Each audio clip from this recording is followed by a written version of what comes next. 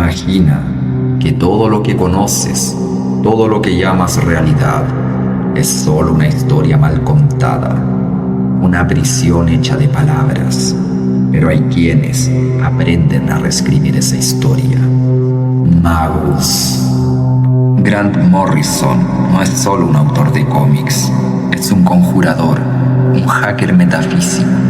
En los 90, mientras el mundo caía en el cinismo y el cinismo en la moda, Morrison invocó los invisibles, no como un cómics, como un sigilo, un artefacto viviente diseñado para alterar la conciencia de quien lo leyera. Su vida cambió, sus lectores mutaron, entidades comenzaron a hablarle desde más allá del tiempo y todo comenzó a fragmentarse. Alienígenas Sin forma, realidades líquidas, egos efectos mutables. Morrison nos enseñó que el universo no es algo que se vive, es algo que se escribe, que se codifica, y en su centro está el abismo. Un lugar sin moral, sin sentido, sin identidad. Este lugar que algunos nombraron Qliphoth. Y allí, entre fractales rotos y dioses sin rostro, Morrison nos invita a perdernos, a romper la forma y a renacer como algo que nunca fue humano.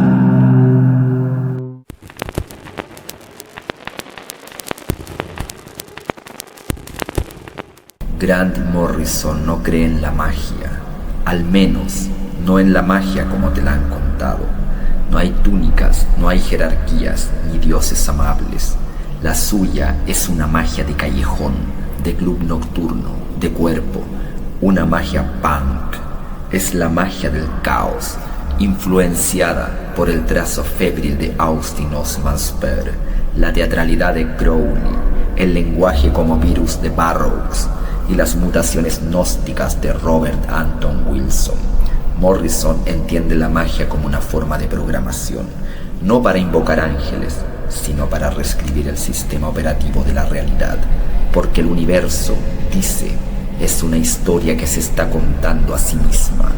Cambia las palabras, cambia el mundo, así crea sigilos, símbolos personales que condensan deseo y lo lanzan al inconsciente. Usa la magia sexual para potenciar el arte. No pide permiso, no sigue reglas, porque la magia del caos no cree en dogmas. Crees lo que necesitas creer para que funcione y luego lo tiras a la basura. Para Morrison, la realidad es maleable, una simulación que puede ser hackeada. Cada pensamiento, cada emoción, cada orgasmo es una línea de código, y el mago del caos es el que aprende a editar ese código, a reescribirse a sí mismo.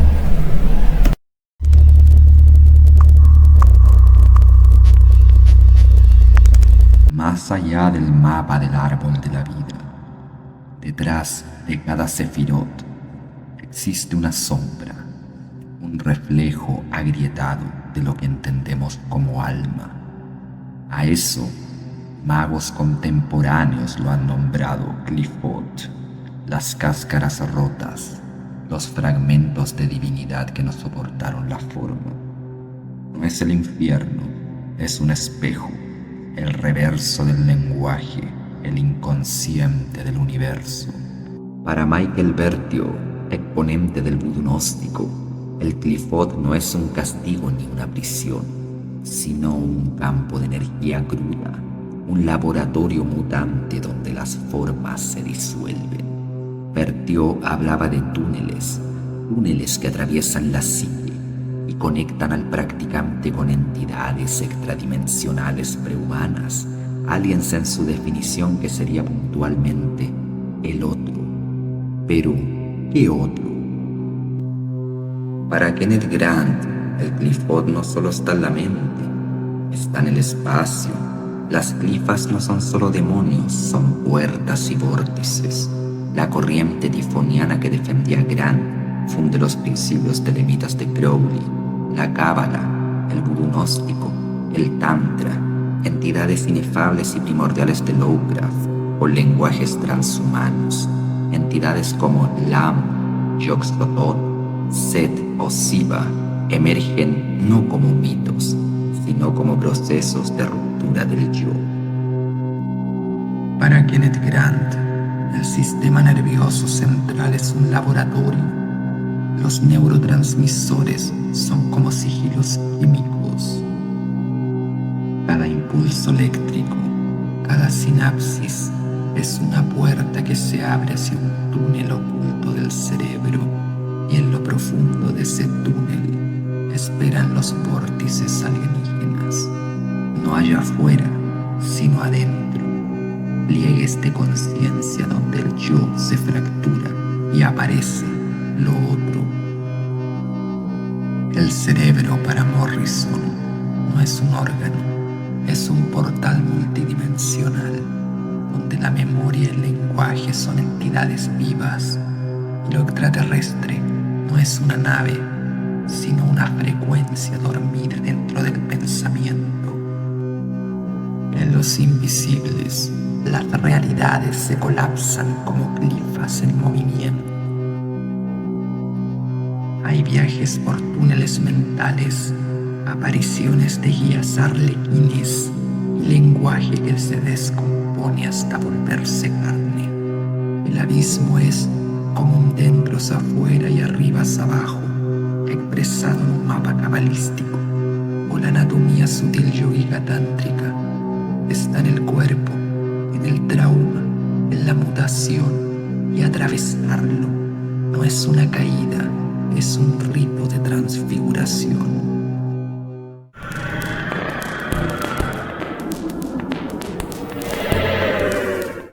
En los años 90, Grant Morrison hizo algo más que reinventarse.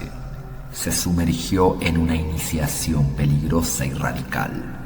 Lo dejó todo atrás: pareja, estilo, hábitos, y se lanzó de lleno al vacío sublime. Fue entonces cuando cayó en sus manos un libro extraño, denso, inasible, The Voodoo Gnostic Workbook. El manual de Voodoo Gnóstico de Michael Berthiaud. Un grimorio moderno que mezcla vudú, tantrismo, magia sexual y tecnologías ocultas y metafísicas. Una máquina del tiempo vudú construida en tu mente. Un arte para viajar a través de telarañas dimensionales y convertirte en un mago araña. Morrison lo entendió no como un libro, sino como un mapa a zonas inexploradas del inconsciente, peregrinando por realidades fractales, inefables, primordiales, donde variadas entidades extraterrestres esperan ser despertadas. Nombre a los demonios, dioses o como gustes. ¿Qué naturaleza tiene aquello que pretendemos nombrar o categorizar? Entre ellos, puntualmente están los Yede, los Loa del sexo, la muerte y la bruma, y el temido varón Sarajin, el rey escorpión que destruye auras humanas.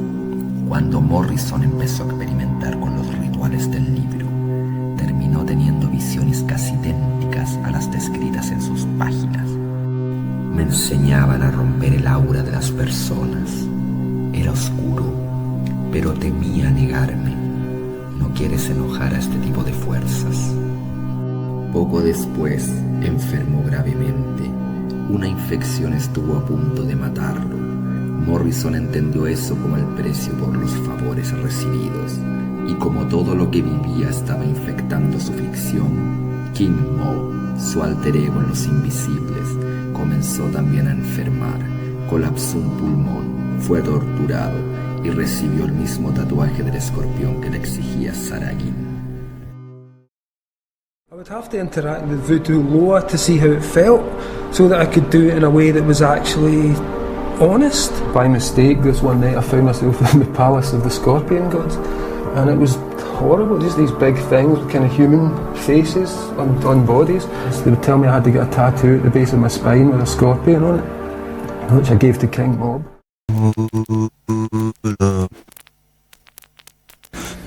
So I went out and I read Robert Anton Wilson's books when I was 20 years old, which is 20 years ago now. And I figured, is this guy bullshitting me? He says we can talk to aliens, we can talk to people from Sirius. Is he talking crap? He said Aleister Crowley's got methods for contacting alien intelligence and for changing the world. Is he talking crap? So I did it. And no, he's not talking crap. Y los ovnis. En el sistema de Berthiaud, los ovnis no son solo objetos físicos, son ornamentos mágicos, herramientas simbólicas, dispositivos mentales para acceder a otros planos. Algunos son vampíricos, como parásitos astrales, otros guías poshumanos. First up, what happened to you in Kathmandu? What was the alien visitation experience like? It's hard to describe, we're getting into areas that are unusual, so all I can remember is getting back downstairs and I lay on the bed and kind of some unusual things happened, and then it seemed like there were entities in the room. It was like those silver morphing blobs you see in rave videos, and it was like computer generated things, and they claimed to be cross sections of fifth dimensional entities as expressed through four-dimensional space-time, and they claimed that I was one of them, and I had to come back and see what the old homestead was like. And that's when I felt like I'd been peeled off the surface of space-time, and they took me out of my body and into what seemed to be the fifth dimension, because I could see the entirety of space and time as a dynamic object in which Shakespeare was over here and I was over here and the dinosaurs were here, but we were all in the same object, and time was a thing. So I appeared to be in a fifth dimensional fluid, an information space that I could say was maybe kind of bluish, extending out infinitely. These things swam through it and interacted with it, and they told me that what the universe was a larval form of what they are, which is fifth dimensional entities. And the only way to grow a fifth dimensional entity is to plant it in time, henceforth our universe. Morrison usó esta simbología para inyectar virus en la cultura. Los Invisibles fue un hipersigil, una bomba memética, ovnis, loas, supercontexto, viajes por túneles de realidad. Toda la estructura de la serie está inspirada en las técnicas del manual de Bugnóstico, no como homenaje, sino como ejecución ritual. En un número, King Mauve describe un viaje astral tomado línea por línea del manual de Bugnóstico, una proyección desde el centro de una telaraña dimensional gobernada por loas insectoides, escorpiones y entidades zombies, capaces de guiarlo por el tiempo y el espacio. To this occult secret society. Then in issue 2 I went to Kathmandu and had basically an alien abduction experience, and that changed the entire series, because what I then wanted to do with the series is to make something that was alive rather than just tell a story. I wanted to do something that was a spell that actually moved, that people who read it would be changed by it or would be led into situations whereby they might be changed, and also ultimately to simulate the experience that I had in Kathmandu, which I don't have any explanation for. And in The Invisibles I went through every possible kind. I read Whitley Strieber, I read Philip K. Dick, I read everyone who'd reported this type of unusual experience, and the parameters are all the same. All the nervous systems report it slightly differently and use their own sci-fi language or theological language or mythological language, depending on who they are. But ultimately the thing's the same, and it's like the shamanic process whereby you appear to be taken out of reality into a higher dimension. The body is stripped and destroyed, and then you're put back with extra knowledge, which then leads into weird synchronicities and unusual experiences that began to proliferate as the Invisibles was being written.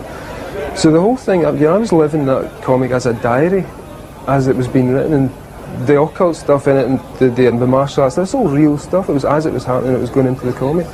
So it's probably about 60% bio. Esta no es ciencia ficción. Esta es magia disfrazada de cómic. Imagina que un cómic pueda alterar tu mente, no entretenerte, no narrarte, sino infectarte, cambiar tu forma de pensar, de soñar, de percibir la realidad. Ese fue el propósito oculto de Los Invisibles, el cómic más ambicioso y peligroso que Grant Morrison haya escrito. No es solo una historia de rebeldes contra un imperio invisible, es un ritual codificado, un hipersigilo, un sigilo llevado a escala narrativa, cultural y simbólica. Mientras otros escribían con tinta, Morrison escribía con intención mágica. Cada personaje, cada viñeta, cada diálogo tenía una función esotérica. No era ficción, era un experimento de magia del caos. Los héroes eran sus máscaras, sus ideas lanzadas como virus meméticos. Sus experiencias personales eran sembradas en las páginas y luego regresaban a él transformadas. In those issues of The Invisibles that came out of the hallucinatory experiences he had on his sickbed. And it really felt like I'd been through something that had very closely attached to the comic. That was my shamanic experience, that was my trial, my encounter with death. Like I'd forced all my characters to go. I was working on The Invisibles. He got sick right around the time that character got sick. Just after King Mob had been convinced by the bad guys that he'd been given a necrotizing fasciitis bacteria that was eating through his face, I suddenly get this huge boil on my face, and within 3 days it's enormous, distorted my entire feet. En 1999.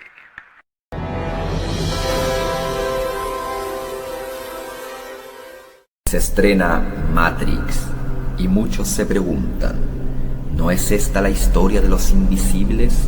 ¿Una realidad simulada? ¿Una red de control invisible?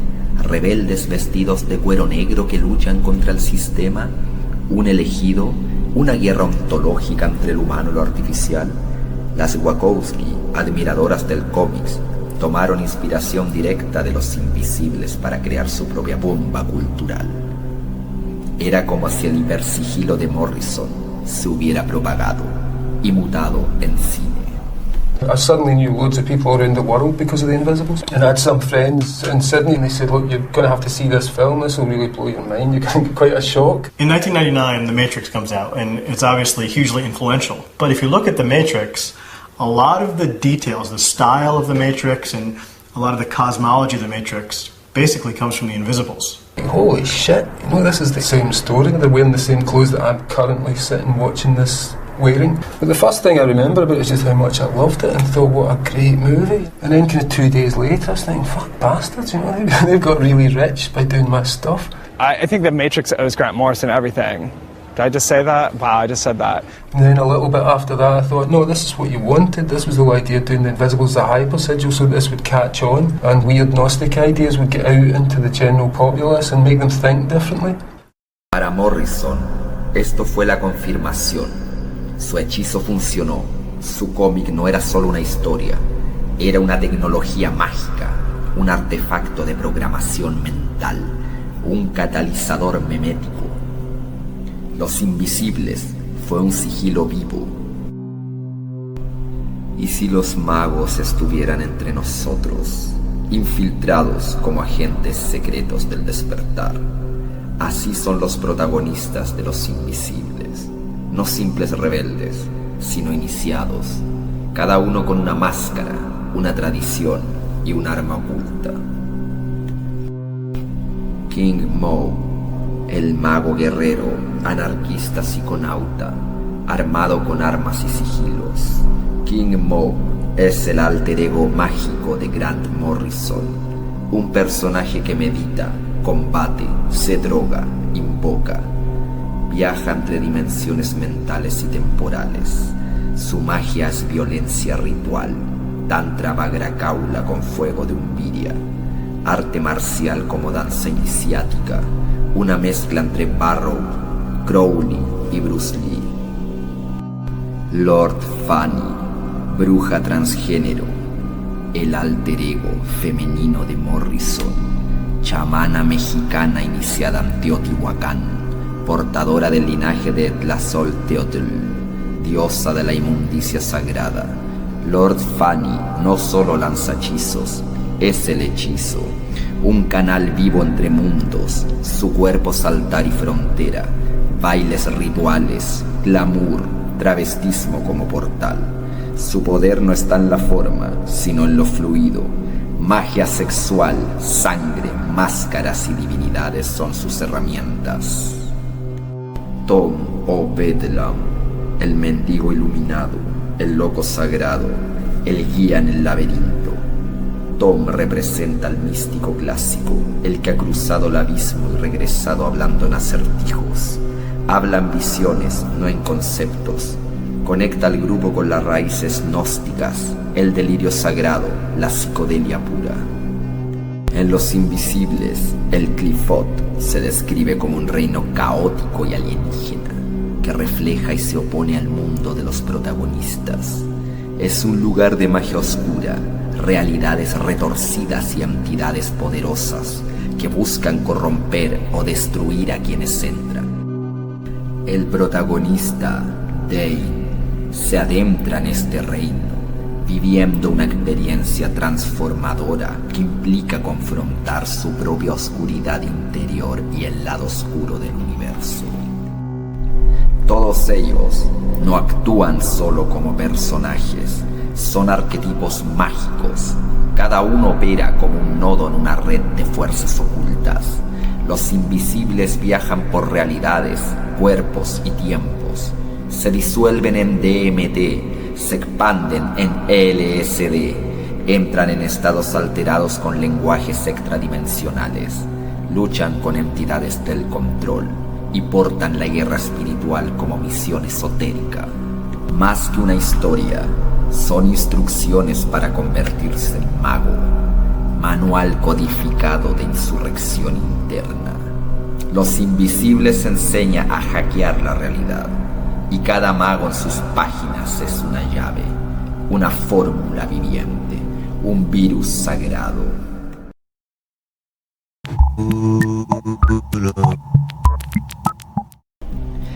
Imagina un universo invertido, un mapa del alma donde cada deseo reprimido, cada sombra no redimida, se coagula en forma de abismo. Ahí habita el Qliphoth, la cáscara vacía del árbol de la vida, lo grotesco, lo que queda cuando la luz se ha ido.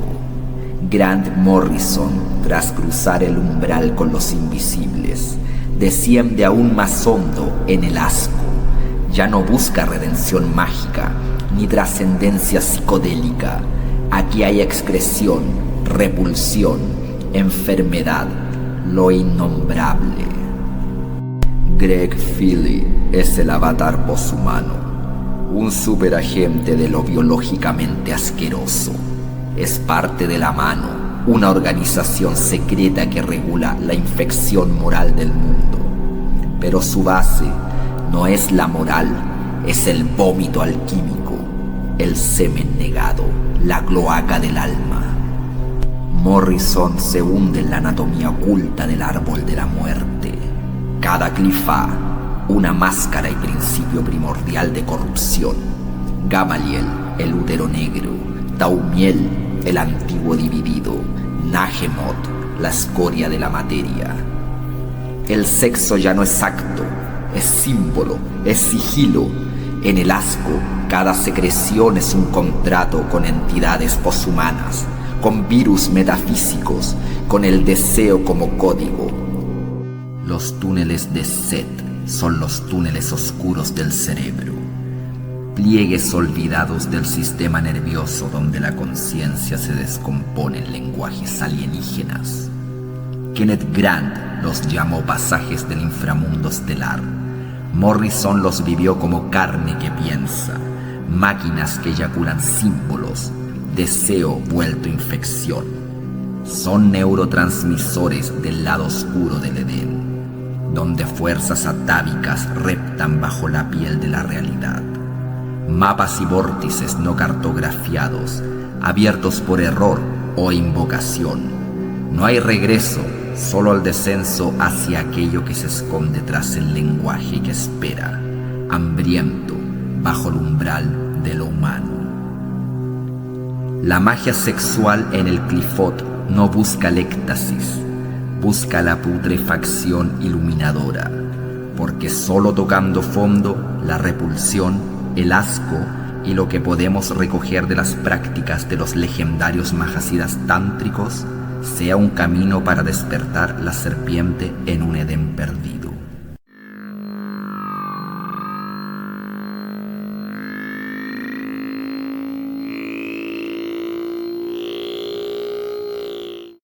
¿Qué queda después del abismo? Para algunos, solo el eco del vacío. Para otros, la forma desnuda de lo real. Morrison no escapó del Qliphoth, no lo venció, no lo negó, lo integró, lo respiró, lo vomitó en cómic, no como redención, sino como revelación. Que la cáscara está viva, que la basura piensa, que los residuos del inconsciente pueden hablarnos si aprendemos a escuchar.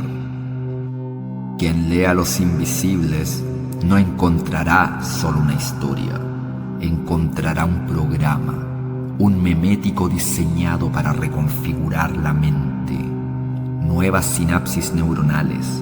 Leerlo es dejarse poseer por ideas, por entidades, por versiones de uno mismo que vienen del no tiempo.